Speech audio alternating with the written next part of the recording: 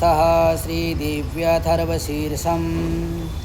ॐ सर्वे वे देवा देवीमुपस्तस्तुः काशित्तं महादेवीति सा ब्रवीत अहं ब्रह्मस्वरूपिणी मत्तः प्रकृतिपुरुषात्मकं जगत् शून्यं च अहमानन्दानानन्दो अहं विज्ञानाविज्ञाने अहं ब्रह्मा ब्रह्मणे वेतितव्ये अहं पञ्चभूतानि अहम् अखिलं जगत् वेदोऽहम् अवेदोऽहं विद्याहम् अविद्याहम् अजाहम् अनजाहम् अधश्च ऊर्ध्वं तिर्यक्चाहम् अहं रुद्रेभिर्वसुभिश्चरामि अहमादित्यैरुत विश्वे देवेः अहं मित्रावरुणाबुभो विभरमि अहमिन्द्राग्निम् अहम् अश्विनाबुभो अहं सोमं त्वष्टारं पूषणं भगं दधामि अहं विष्णोमुरक्रमं ब्रह्माण्डमुत प्रजापतिं दधामि अहं दधामि दर्विणं हविस्मतेषु प्राप्ये यजमानाय शुवन्ते अहं राष्ट्रीयसङ्गमनि वशूनां चिकितूषी प्रथमा यज्ञीयानाम् अहं सुवे पितरमस्य मूर्धन्मम योनिरपस्वन्तः समुद्रे य एवं वेद स देवीं सम्पदमाप्नोति हे देवा अब्रुवन् नमो देव्ये महादेव्ये शिवायै सततं नमः नमः प्रकृते भद्रायै नियताः प्रणताः स्मतां तामाग्निवर्णां तपसा ज्वलन्तीं वैरोचनीं कर्मफलेषु जुष्टां दुर्गां देवीं शरणं प्रपद्यामहेश्वरान्नासीत्रे ते नमः देवीं वाचमजनयन्त देवास्तां विश्वरूपाः पशवो वदन्ति शानो मन्द्रेशमूर्जं दुहानाधेनुवर्गास्मान्नुपसुष्टुतेतु कालरात्रिं ब्रह्मस्तुतां वैष्णवे स्कन्दमातरं सरस्वतीं मदतिं दक्षादुहितरं नमामः पावनां शिवां महालक्ष्मीश्च विद्महे सर्वशक्ते च धीमहि तन्नो देवी प्रचोदयात् अदितिर्जनिष्ठदक्षया दुरिता तव तां देवा अन्वजायन्त भद्रामृतबन्धवः कामो योनि कमला वज्रपाणिर्गुहाः मातर्श्वाभ्रमिन्द्रः पुनर्गुहा शकला माययाच्च गुरुच्चेषा विश्वमातादिविद्युमा एषात्मशक्तिः एषा विश्वमोहिनी पाशाङ्कुशधनुर्बाणधरा एषा श्रीमहाविद्या य एवं वेद सशोकं तरति नमस्ते अस्तु भगवती मातरस्मान् पाहि सर्वतः शेषाष्टो वशवः शेषा एकादशा रुद्राः शेषा द्वादशाद्याः शेषा विश्वे देवाः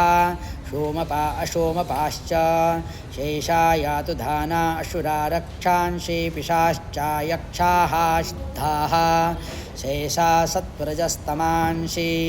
शेषा ब्रह्मविष्णुरुद्ररूपिणी शेषा प्रजापतीन्द्रमनवः शेषा ग्रहनक्षत्रज्योतिषीं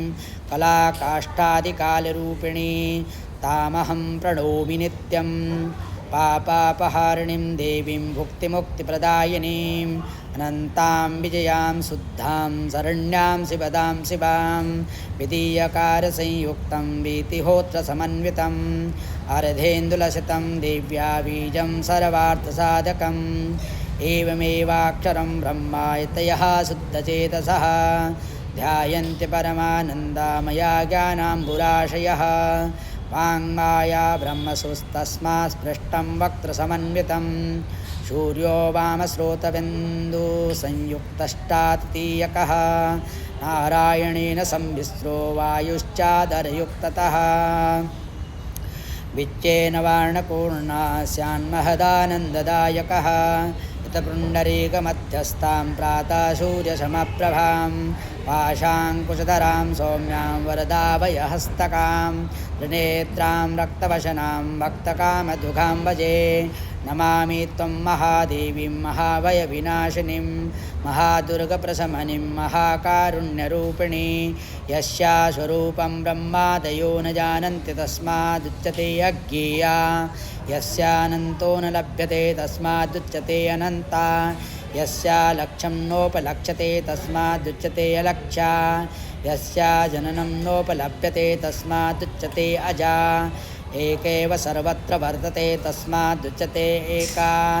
एकेव विश्वरूपिणी तस्मादुच्यते नैका अत एवोच्यते अज्ञेयानन्ता लक्ष्याजेकानेकेति मन्त्राणां मातृका देवी शब्दानां ज्ञानरूपिणी ज्ञानानां चिन्मयातीता शून्यानां शून्यसाक्षिणी यस्याः परतरं नास्ति शेषा दुर्गा प्रकीर्तिता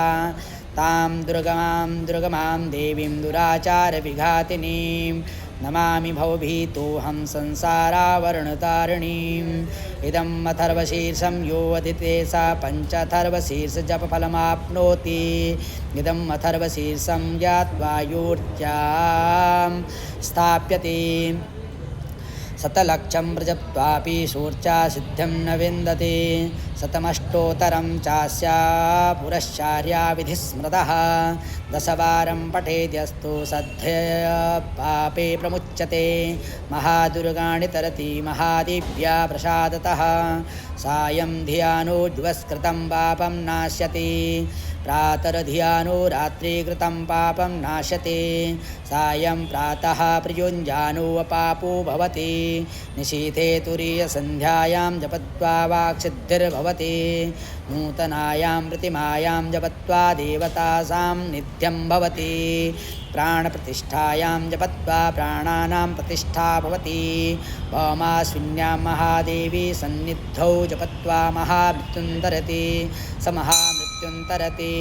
य एवं वेद इत्युपनिषदः सर्वमङ्गलमाङ्गल्ये शिवे सर्वार्थसाधिके शरण्ये त्र्यम्बके गौरी नारायणि नमोऽस्तुते शरणागतदीनार्तपरित्राणपरायणे सर्वस्यार्तिहरे देवी नारायणि नमोऽस्तुते।